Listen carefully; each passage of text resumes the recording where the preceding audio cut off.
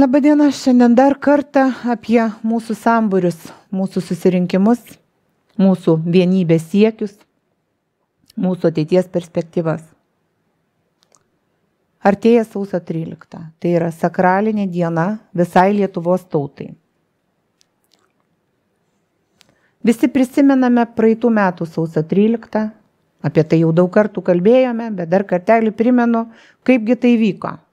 Gerbėmieji, pradedame Lietuvos laisvės dienos minėjimą ir laisvės premijos įteikimo ceremoniją skirtą laisvės gynėjų dienos sausio 13-osios 31-osioms metinėms paminėti.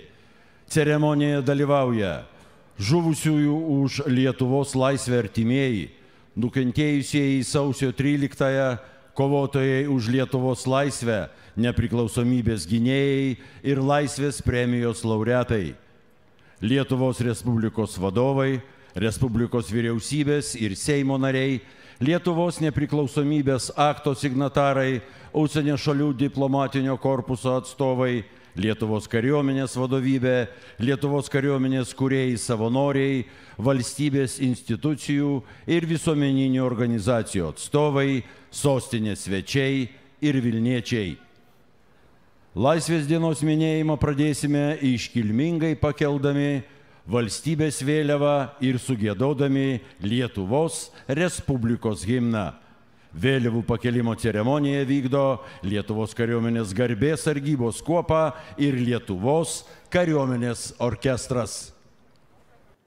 Atsitvėrė Seimas ir vyriausybė, didelė galinga tvora, apsistatė apsaugą ir paminėjo sausio 13. Paminėjo atskirai. Už aptvarą esantys žmonėmis jų nevadino, juos ten ponas Vytautas Landsbergis pavadino kitaip, norėdami. Pasitikslinti galėsite peržiūrėti tą seną video.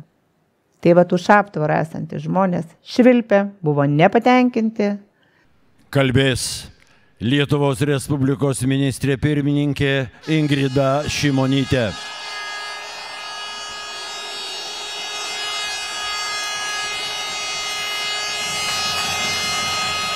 Gerbiami valstybės vadovai, susirinkę minėjimo svečiai, mieli Lietuvos žmonės.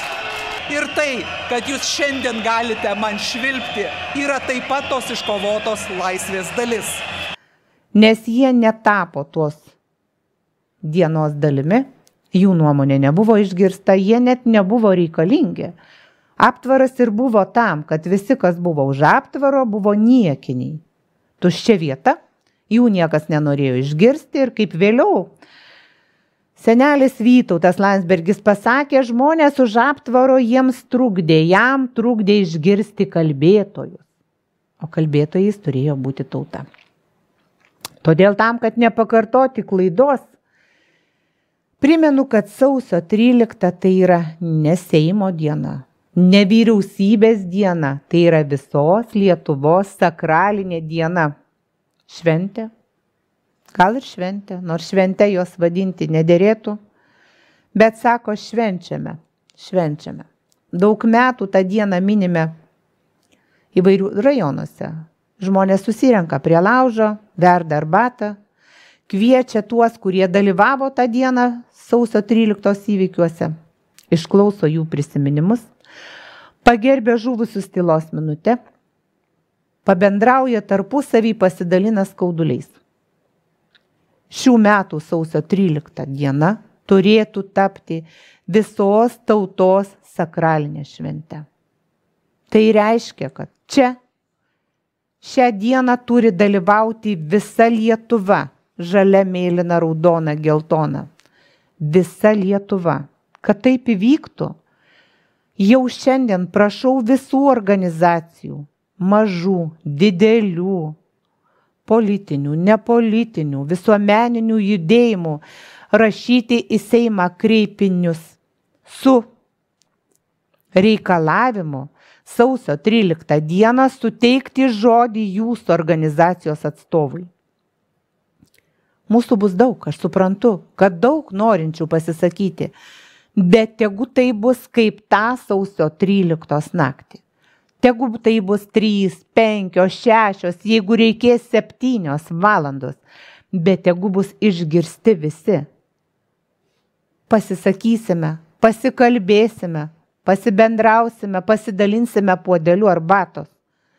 Sausio 13 tai ir bus ta vienybės diena, kada nereikia klausti, kas tu toks, apie ką tu galvoji, nereikia jokių papildomų leidimų, nereikia jokios papildomos aparatūros. Visa tai turi būti mums suteikta tautai už tautos pinigus, už mokesčių mokėtojų pinigus. Praeitų metų sausio 13 parodė, kad mes nenorime girdėti vien poną Vytautą Landsbergį, poną Nausėdą, kuris labai gražiai atliko himną. Ten jisai nevalingai ištarė tuos žodžius, kurie atspindi tikrąją padėtį Lietuvoje. Tai kad jiems būtų gera gyventi, saugu ir kad jų poreikiai būtų patenkinti.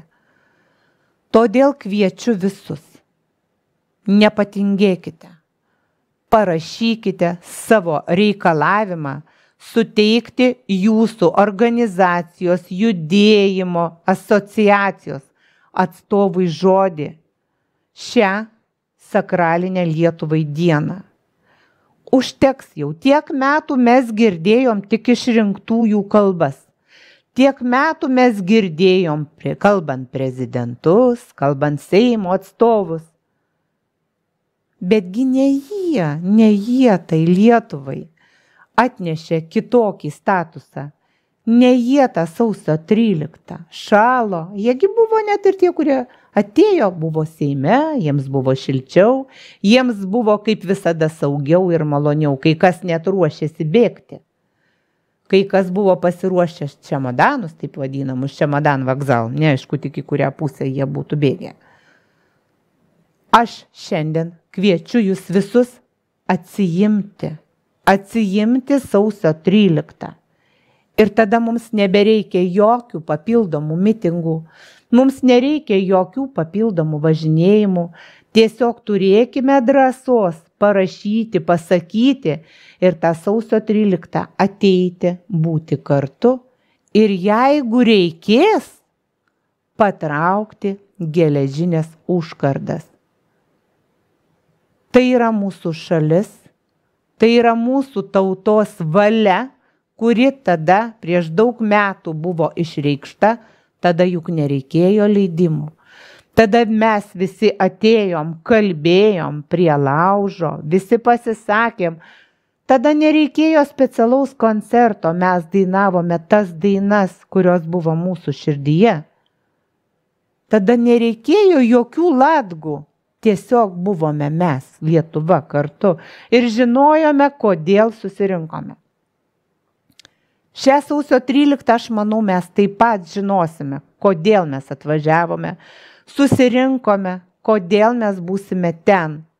Bet prieš tai jūs būtinai turite parašyti savo reikalavimą, kad mes norime girdėti vieni kitus, mes norime girdėti profesorių Eduardą Vaitkų, mes norime girdėti Galiūną, Žydrūną Savicką, mes norime girdėti visus kitus, jų yra labai daug šviesių patriotų, Lietuvos sūnų ir dukrų. Mes norime juos išgirsti. Mums atsibodo klausyti tas pačias asmenybėm jau nebenoriu vadinti, kurie sėdi daug metų Seime, saugiai pasisako reikiamų metu, užsideda savo pliusą ir saugiai sėdi toliau gaudami atlyginimus. Naudodamėsi Lietuvos sukurtą gerovę savo. Aš kviečiu jūs šią sausio 13 paversti tautos sakralinė diena, tautos atgimimo vienybės diena. Kviečiu jūs tiesiog pasisakyti, norėčiau sulaukti atgalinio ryšio. Norėčiau sulaukti jūsų nuomonės, jūsų pasiūlymo, mums reikia jūsų visų. Mums reikia bendros, vieningos Lietuvos. Ir čia yra vienijimosi pradžia. Vieningos Lietuvos pradžia gali tapti ir aš manau taps šių metų sausio 13.